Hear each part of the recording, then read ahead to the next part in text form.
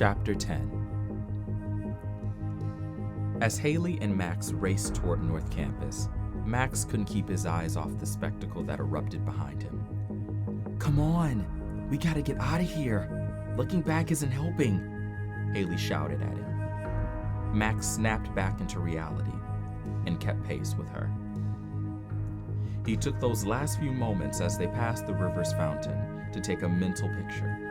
He was sure the front page photographer was going to get an amazing shot. They always did. Max knew for certain that his article would make the front page. Not because he was prideful, but he had too many facts and connections not to have the front page story.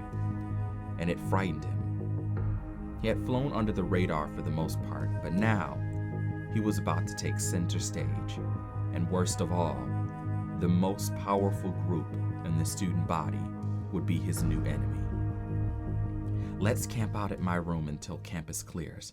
Then maybe we'll see if we can connect with..." Hayley was cut off by a face she didn't expect to see. Hunter. Hunter stood at the entrance of her hall's lobby.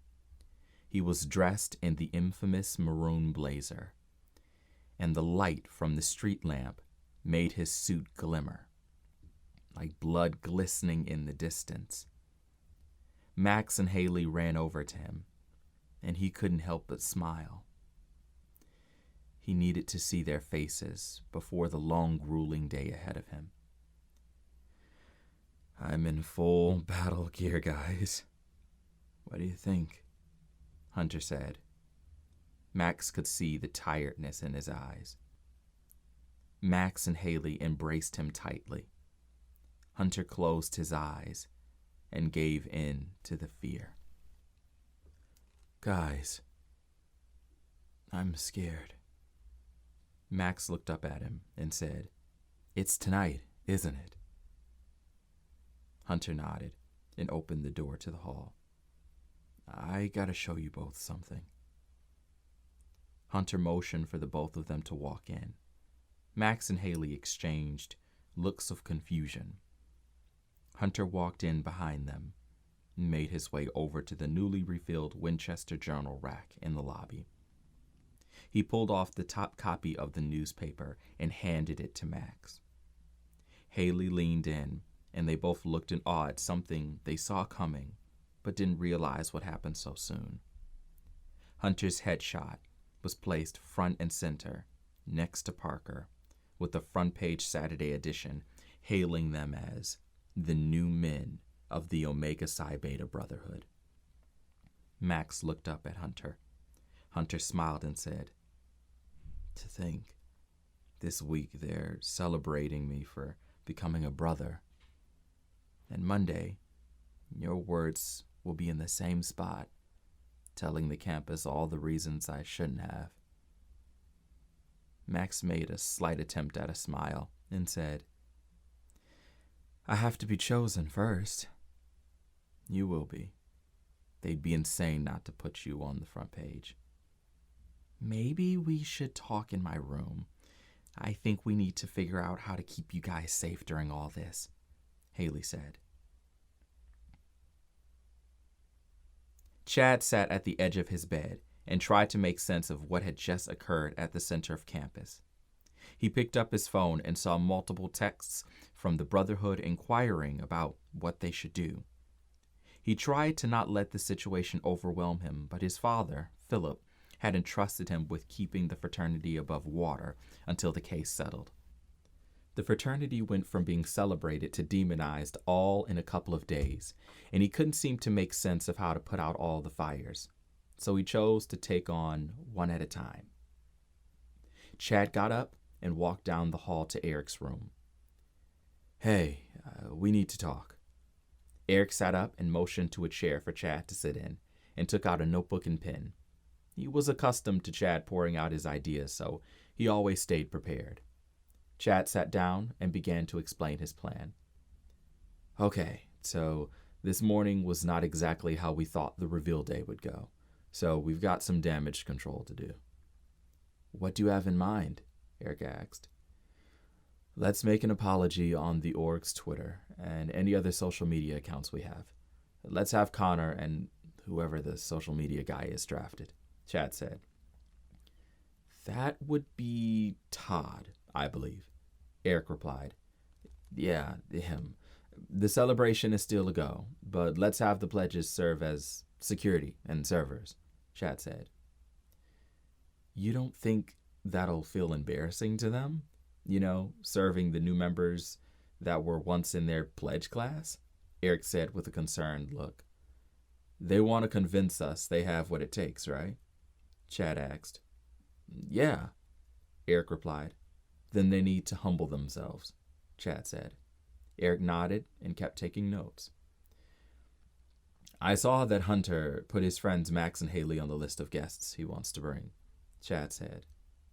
I saw that too. Is there a problem there? Eric asked. Not with Hayley. I'm actually glad she's coming, Chad said with a smile. Eric smiled back and pushed him playfully. Yeah, I'm sure you are. Chad laughed and said, Shut up. She's just... I'd like to get to know her. You'll have plenty of time tonight, Eric said. Chad's smile started to diminish. Max is my concern. He works for the Journal. Someone I know that studies journalism told me they heard there's an article on us coming out Monday, and he's in the running to get dibs on the front page story. I mean, he's a freshman. He probably won't get it, and even if he did, it would take a lot for him, of all people, to take down an organization this old, Eric said. Chad took a breath and clasped his hands together. He's different. He's smarter than you think. And I have a feeling he might be a problem. Should I take him off the list? Eric asked. Chad swiftly responded, No. Let's let him in. We'll keep an eye on him. Maybe even convince him to back down. Eric nodded, and Chad rubbed his lips and began thinking. He had already seen his brotherhood shamed next to his family's fountain. He wasn't going to let it happen again in his own house. Evan got a text from his mother saying, The Omega Brotherhood is getting shut down. President Cook just emailed us saying they approved a temporary disbanding of them until the police investigation is over. Then they'll make a final decision. They'll get the email to cease operations tomorrow morning. Evan breathed a sigh of relief. He had hoped that his words would be enough to convince President Cook to take action, and it looks like they did. He laid down and closed his eyes, then thought about the first steps he took on campus. He and Antonio rode up together. After unloading all their stuff into their room and saying goodbye to their parents, they took a stroll through campus. This is exactly how I thought this would feel, Antonio said. What? Evan asked. Strolling through campus with you, thinking about all the amazing things our futures hold. I just can't believe it's finally real. You're so dramatic. Chill, Evan said, laughing. Dude, I'm being serious. It's like a dream to me. I finally get to make my own choices. I get to write this new chapter in my life, and the best part of it all, I get to do it with you, man. Evan looked at him and kept walking. Don't get me all emotional and shit, bro. Antonio stopped Evan and said, I love you, man. I couldn't have made it here without you. You pushed me. You supported me. You kicked my ass in those SAT prep classes. Evan laughed and smiled at him. Promise me that no matter what, we'll always have each other's back, in life and death. From this moment forward, we stand together, Antonio said. Death? Damn, chill, Evan said, laughing. Antonio laughed too, and looked at Evan seriously again. This is a lifelong friendship promise. From now to the grave, dude. Evan pulled Antonio into a hug and said, Promise. Evan fell asleep, knowing he had kept his promise, and no matter the obstacle, he would never break it. Max sat on the windowsill, gazing over at the river's fountain, and for some reason, he felt like something was pulling at him, like there was a piece of the puzzle waiting for him to discover.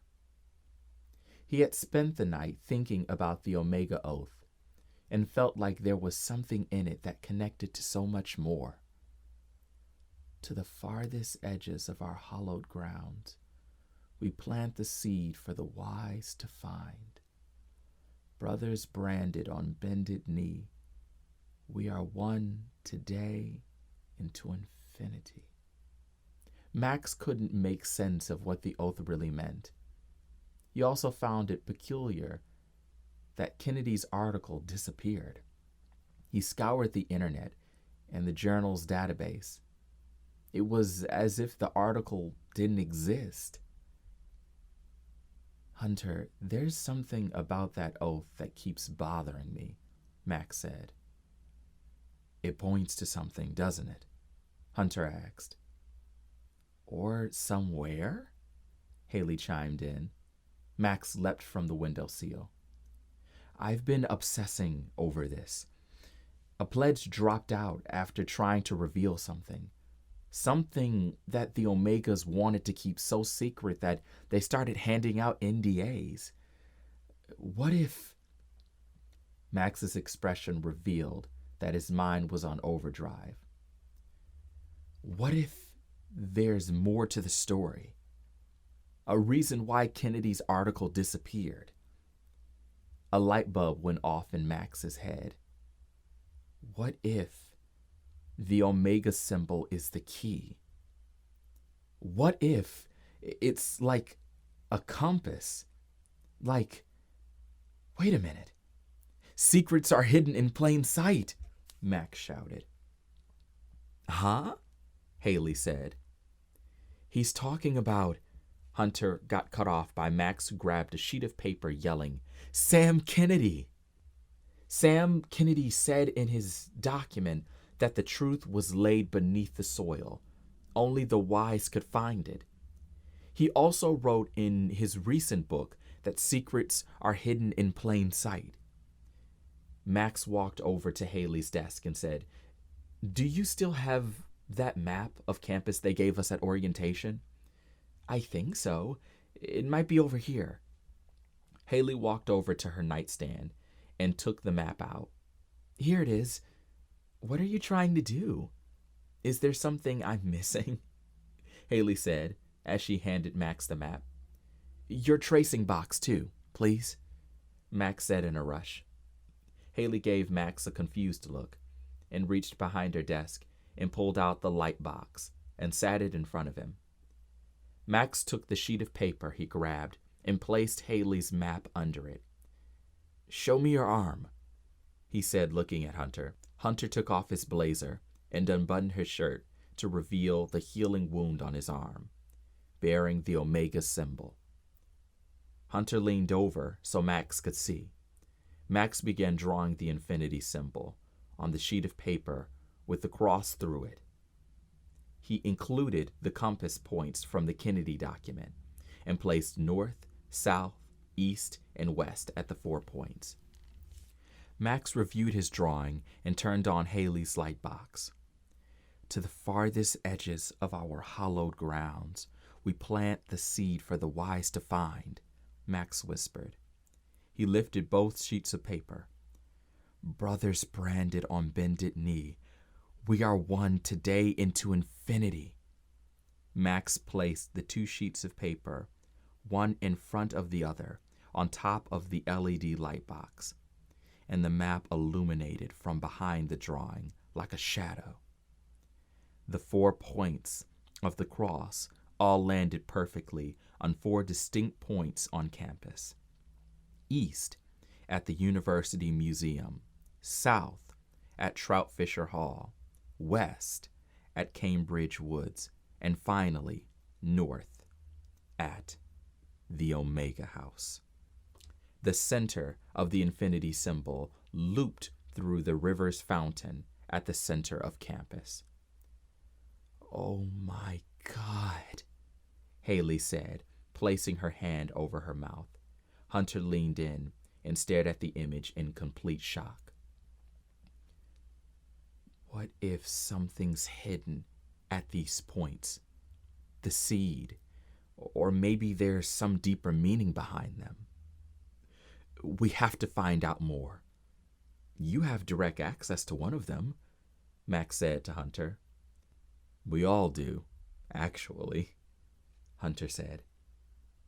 "What do you mean?" Hayley asked. "Well, I kinda invited you all to the celebration tonight." Hayley looked at Max, and they both smiled. "Let's make a plan," Max said. "This is gonna be one hell of a night," Hayley chimed back. "We have to be careful and focused. This could go well or south in a matter of seconds. So, what are we thinking?" Hunter said, pulling out his phone to take notes. Chapter 11. Max dug through his closet for his dress clothes. He found his go-to black blazer and matched it with black Chelsea boots and a cream-colored t-shirt to top it off. Slim-fit jeans to complete the look. He wanted to go for a sophisticated casual look. Washington Post on top, GQ on the bottom. He went to grab his phone when he suddenly got a FaceTime call from his brother. He sat down and answered. "Hey, Christian."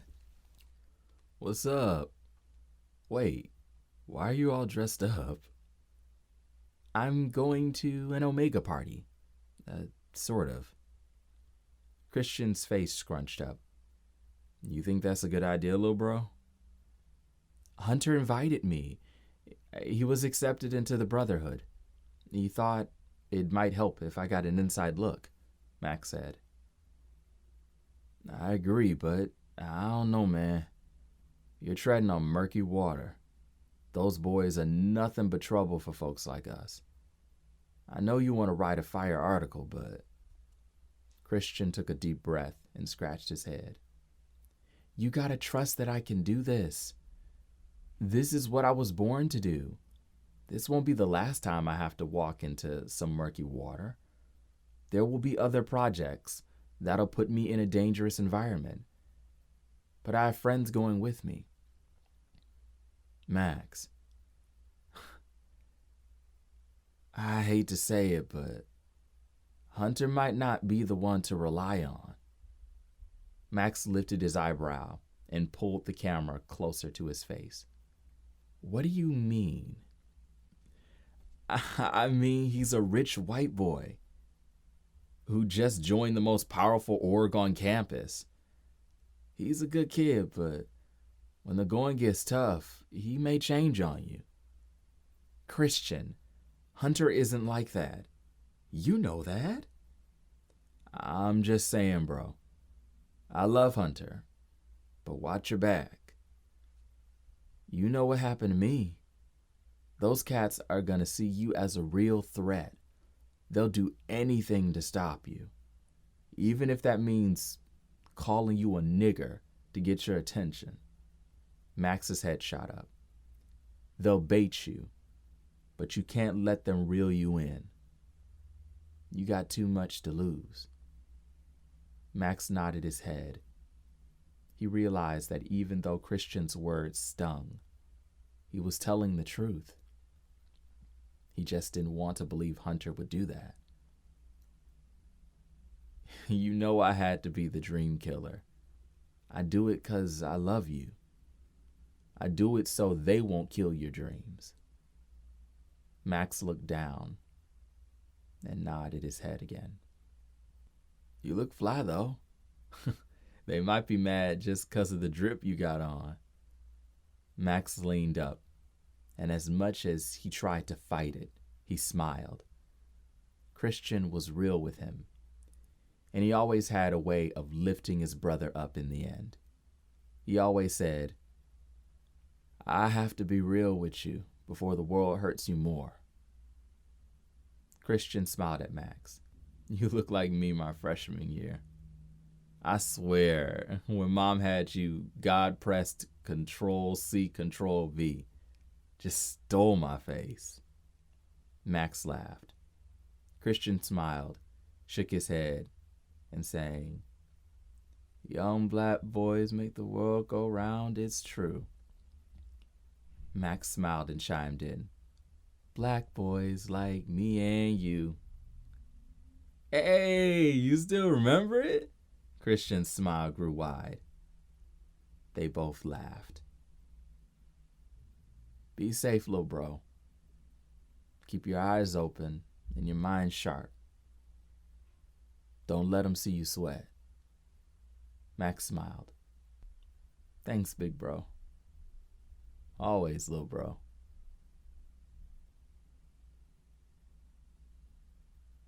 The Omega house was alive and full of energy. Music blasted at a high volume. The guests for the celebration had started pouring in. Hunter, Hayley, and Max walked up to the house in formal attire and took one last look at each other before entering. "This is it. God help us," Max thought as he felt his cross necklace pressing against his heart. A pledge welcomed Hunter and checked the list for Max and Hayley's name. Once they found them, the pledge welcomed them in. Chad walked up to Hunter and gave him a firm handshake. "Welcome, Brother Toberski. It's nice to see you and your lovely guests. This is my good friend Hayley." Chad took her hand and kissed it. Hayley was confused and taken aback. "Is this Titanic?" she thought. Just as Hunter was about to introduce Max, Chad cut him off. "Oh, I know who this is." Chad gripped Max's hand tightly and said, "Good to meet you, Mr. Carter." "You know me?" "Well, I guess you know me from the list," Max said. "No, I knew you way before this event. My friend says you're a good journalist. Let's hope you're kind to our brotherhood in your next 3 years here." "I'll try, but the truth always wins," Max said. Chad kept his grip. "Truth is important, but it can be dangerous. A little tip from a guy who's been here a while: be careful of the friends and enemies you make early on. It'll define your time at this university. Hopefully, you'll choose both of them wisely." Chad smiled at him and let go of his hand. He looked at all of them and said, "Enjoy your evening, and congratulations, Brother Toberski." Chad walked away, and Hayley looked at Max, who looked as if the life had been sucked out of him. Hunter looked at Max and whispered, "You okay?" "Peachy. Let's try to get through this in one piece," Max said, smiling. Hunter nodded and pulled them both aside. He pretended to have a casual conversation with them in a whisper. "Let's divide and conquer. I'll distract the brothers. Hayley, you try to get some info from anyone you can about the sorority pledging process. If they like you, they might give you some frat boy dirt, but only if you act like you're one of them. Max," he leaned in closer, "the basement is around the corner. If anyone asks, you're going to the bathroom." They all gave each other reassuring nods. Hunter walked over to a large group of brothers and began laughing and conversing, and Hayley headed towards the back. Max swiftly made his way toward the basement stairs and asked a pledge, "Excuse me, is the bathroom down there?" Once Max got access to the basement, he realized that no one was there. He snooped around until he found a back room, opened the door, and noticed it was full of file cabinets and boxes. He began searching and couldn't seem to find anything of good use. The floorboards creaked with every step. Max tried to step lightly, but it didn't help much. He was starting to get restless. Think, Max. Some secrets are hidden in plain sight. Some secrets are hidden in plain sight. Upstairs, Hayley made her way toward the back. A girl with long blonde hair and blue eyes approached her, wearing a light blue dress and black high heels. She was an intense beauty. Everything from her makeup to her dress felt couture. Even her walk screamed rich. "Hi, I'm Cindy from the Deltas," she said, extending her hand. Hayley reluctantly reached out to welcome her handshake and remembered that this was part of the plan. "I'm Hayley." "Nice to meet you, Hayley. Are you here with someone?" "My friend, Hunter. He just became an Omega." "You're friends with Hunter? That's awesome. I'm surprised you're only friends." Hayley gave her a confused look and cocked her head to the side. "I'm sorry?" "Well, I mean, he's a catch. Tall, hot, good family, and now he's an Omega? That's a jackpot combination." Hayley gave her an awkward smile. She never really considered Hunter's attractiveness. Rich white boys weren't her type, especially in high school. If it wasn't for Max, they wouldn't have met. But after getting to know him over the years, she started to see something in him. His kindness was a surprise to her. She remembered the ride back from Xander's. Hunter talked about how excited he was to see Max's face when they got back. He gripped the wheel of his car and gazed down at the bag of food in Hayley's hand. "I hate this stuff, but seeing that goofy smile on Max's face when he eats it just, I don't know, it makes me happy," he said. Hayley smiled and looked over at him. "You really love that kid." "That's my ride or die. I couldn't imagine life without him." "Here I thought you were just a pretty boy with rich parents. There's a heart under there." Hunter laughed. "And a brain." "Don't get ahead of yourself, big man."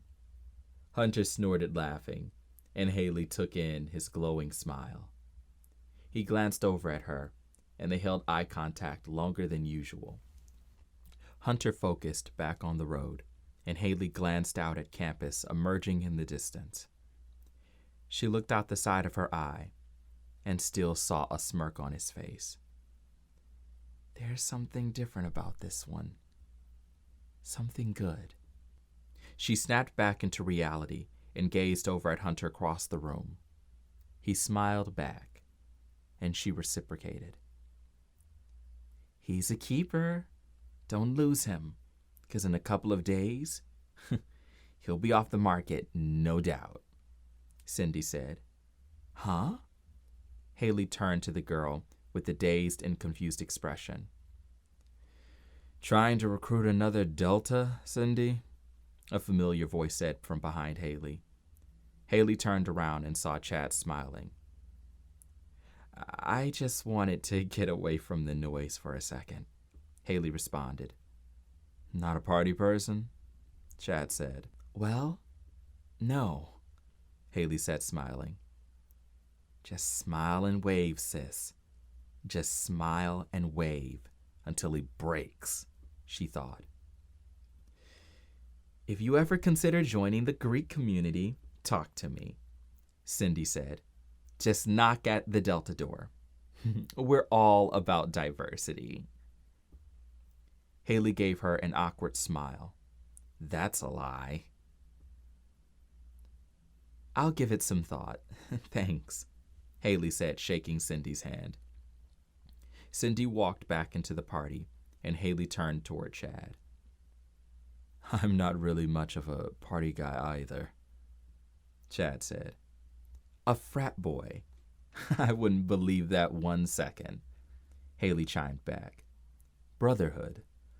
We have more class than your average frat, Chad said. Hayley smiled, and Chad nodded to his room. I can show you some evidence. Chad walked in, and Hayley followed, keeping her guard up. Max scanned the room and almost gave up until he noticed something that caught his attention. He saw a random rug with what seemed like a line in the floor running from under it. He walked over to the rug and kicked it aside, revealing a trap door. No. Max leaned down and grabbed onto a lever in the trapdoor. He pulled upward, and the door lifted with a slight creak. The darkness below was deep and cold. He quickly pulled out his phone and clicked on the flashlight feature, illuminating an open space with boxes. He moved the light around clockwise, shining in every corner of the space, and realized that it was large enough for a person to walk around. It was basically a lower room. Max hesitantly jumped down into the space and began looking around when he found a box that was long and metal. Eric leaned into the basement door and heard creaking floorboards. He looked over at Pete, who was making his way toward the living room. Hey, Pete, is someone downstairs? Eric asked. Not sure. Shouldn't be, Pete responded as he walked off. The pledge that directed Max to the bathroom downstairs awkwardly walked up and said, Hey, sorry, Brother Lawson. I wasn't told we weren't supposed to let people down there. Eric waved his hand, dismissing the apology, and made his way toward Chad's room. Max pulled on the latch on the box and couldn't get it open. After fumbling with it for a couple of minutes, he turned it over and noticed an engraving on the bottom with an inscription of the oath. Max took a picture. Bingo.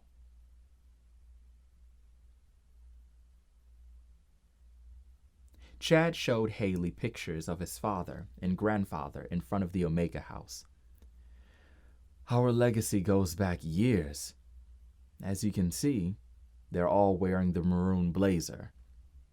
What other frats do you know have that type of swag? Chad said. Hayley laughed and reached over to a framed picture of the fraternity's creed. He read the creed to her, detailing the organization's desire to build boys into men. He shared his pride for the brotherhood and the blood bond they share, years of molding a deep connection with them. Well, you argued a good case, Hayley said. Well, my dad's a lawyer, so it's in my blood, Chad said with a smile. He looked at Hayley, and she asked, Have they made you into a man yet? Yes. But I wouldn't mind you confirming it, Chad said, closing his eyes and leaning in. Hayley leaned back and looked at him like he had lost his mind. Chad opened his eyes and realized he made his move too quickly. Did I read the situation incorrectly? Yes.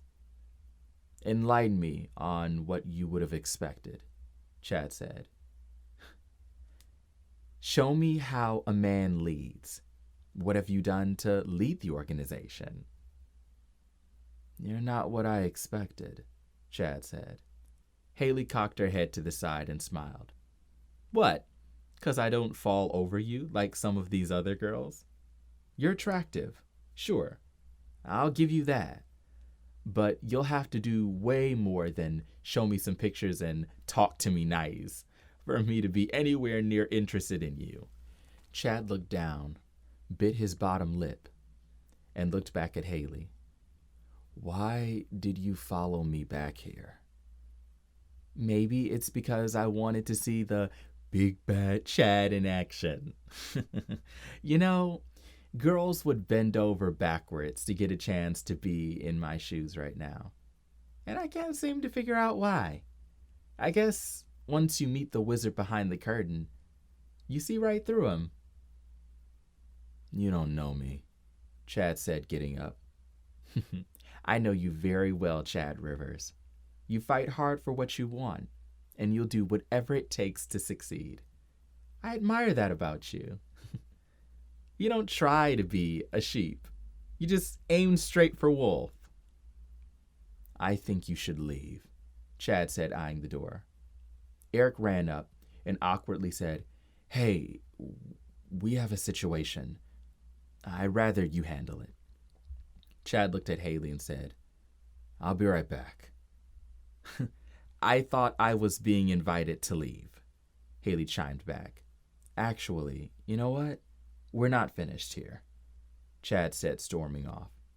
Hayley smiled condescendingly as he left, and she pulled out her phone and texted Max and Hunter. He's moving. Keep an eye out. Hunter looked around and saw nothing, but kept his conversation going. Max, I hope you find what you're looking for. Soon. Max fumbled again with the latch. He grabbed the edge of the box to lay it back down, when suddenly he felt a small opening the size of a pin's edge under the latch. He thought quickly and felt for the pin in his suit jacket. He pulled it out and pressed its tip into the hole. The case's latch clicked and popped open. Max laid the box down and lifted the top, revealing the branding iron with the fraternity's symbol. He leaned back and took in the masterful design of the brand. Is this really happening? Max took out his phone, took a picture, and got up. He looked at the open case as if he had found the Holy Grail. A glimmer of hope was overshadowed by the feeling of darkness approaching. He felt inside like someone was coming. He just felt it. Suddenly, he started hearing footsteps heading toward the stairs, and looked around the room to find a way to hide or escape. He analyzed the room like a computer, searching for a way out, and started to lose hope.